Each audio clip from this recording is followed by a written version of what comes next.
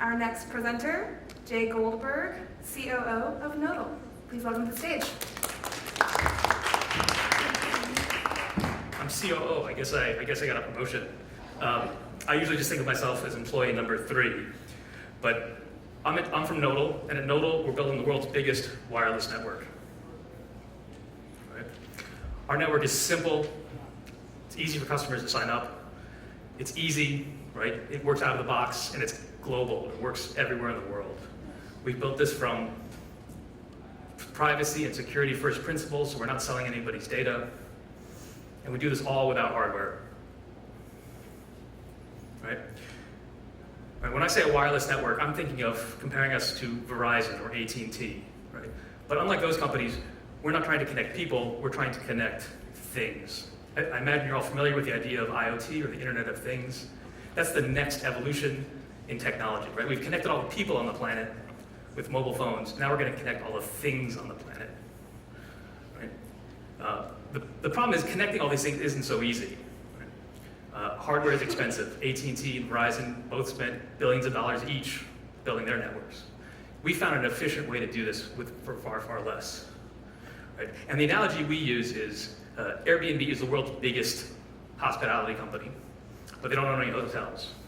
Uber is the world's biggest transportation company. They don't own any vehicles. We built the world's biggest wireless network without any hardware. We have no base stations, no antennas, no cables. Right? And the way that we do this is we sit on top of the global smartphone infrastructure. We get our software into smartphones. We have our own apps. We also work with other app developers to get our software to run inside their apps. Any kinds of apps, messaging apps, games, dating apps, what have you. And then our software piggybacks on natural communication cycles that take place in the phone, so no impact to battery life. But we effectively turn every smartphone into a hotspot that communicates with all the things in its vicinity. And then we stitch this together into a single, unified global network. Right? We have an incentive mechanism to pay people and developers for doing this, and so we're actually giving consumers and individuals a way to participate in building out this network. And our network is live. It's one of the fastest growing networks we know of, and we're all wireless people. When we benchmark ourselves, we tend to compare ourselves to historical data we found from Skype or WhatsApp. It's growing very rapidly. And this is our global network. As you can see, we have nationwide coverage in the US and a bunch of other countries. We're in over 80 countries, and I actually think it's probably more than that at this point. But we're live today, and we're operating. Right? I just want to emphasize, I'm going to go back. We're not building a single software application that does only one thing. We're building a network. And so the ways that people use those networks are going to be hard to predict, right? 12 years ago, nobody could have predicted that cell phones would be used for things like Uber and Instagram. And we think that there's going to be a lot of innovation, and people are going to come up with some really interesting ways to use our network. Right? We're already working we have about 30 customers we're in various stages of trials with, and we're finding a lot of really interesting ways to work with them. I'm going to run through a few of them very quickly. Now, for those of you with iPhones, you know there's a service on your iPhone called Find My iPhone. Apple just extended that to find MacBooks as well. We can enable that for any consumer electronic device, right? You can find your laptop, find your phone, find your headsets. We're working with people who make power tools, so you can find your power drills. We're working with a large European railway company in one of their big rail repair depots to help them track parts and tools. Right? We can find anything electronic. Right? And that all works today. You don't have to build a special module into your phone. You don't have to do anything complicated.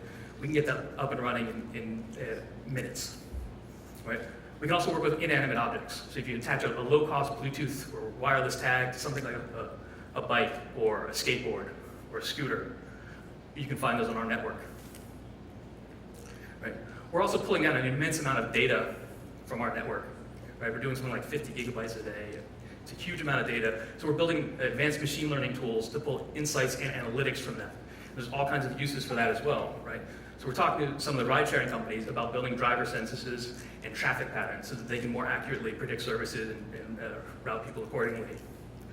We're working with smart cities, where we have a project right now with the city of Paris to help them understand traffic patterns and usage of street furniture, chairs, benches, signs, that sort of thing. We're working with a large global event happening next year where we're helping them predict traffic. We're working both with the city government to help predict traffic, the pedestrian traffic around the city, but also within the conference and event center itself to track flows of people and know where people are spending their time.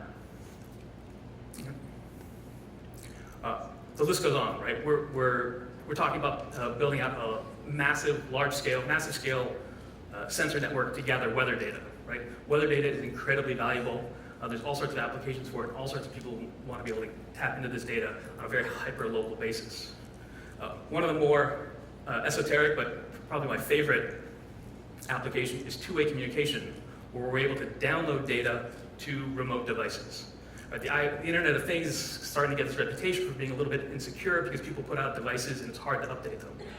We think Nodle will be able to play an important role in actually securing the Internet of Things by providing security patches and software updates to billions of remote devices.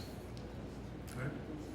Adding these all up, this is probably a $1 trillion addressable market. We think there's massive opportunity out there and we are just getting started. Now, I always get asked this last question, right? We care a lot about privacy. I'm sure lots of you are thinking about this now. There are privacy implications here. We're very, very careful in how we are selling this. We are not going to sell people's data. We've built in all sorts of security and anonymization features to keep us up to date with leading companies in the world. We really want to be very, very careful in how we use this data, and we want to sort of bring best ethical practices to this. So that's Nodle. We think we're creating a new economic model for the Internet of Things, and we're all very excited. Thank you for your time.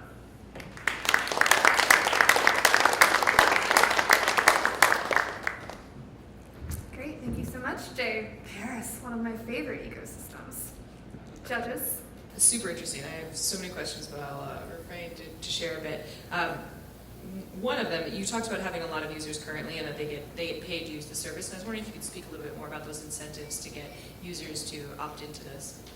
So the way that it works now is we have an incentive program in place where we reward people based on the quality of the data we're getting, right? How often, when they communicate with some IoT device, how often is that device seen before? How remote is the location? How dense is the network where the person operating is? And we have that sort of built into the consumer app. It sort of flows into a consumer wallet. So they're getting money? Right now we're giving them points, right? And then over time we have a pretty good plan. I'll walk you through the details. Elliot, Yeah. seeing your face Maybe now. you can clarify what is the sell to the app developer and what is the sell to the end user of the apps, and what are you asking the users of the apps to permission or to accept as a deal? So a lot of our network now is built through app developers, right? And so we reward the app developers through our incentive mechanism. Ultimately, we'll pay them in cash, coin.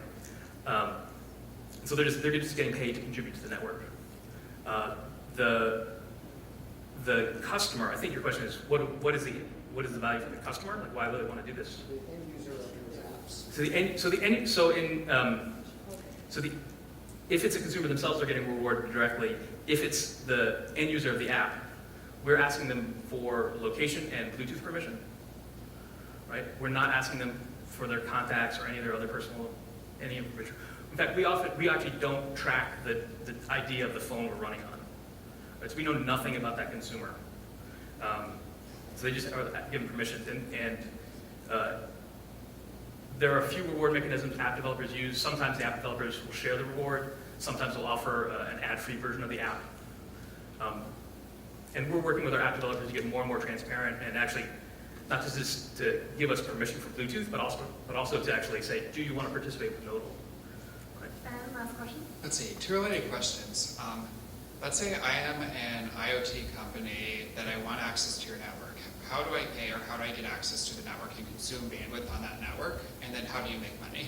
Okay, so let's say you make wireless headphones and you want to be able to offer that service to Find My headphone service to your customers. You can charge your customers, you can add it as a premium feature, whatever you want. You would come to us and give us information about the phones, the headphones that you want to secure. Tell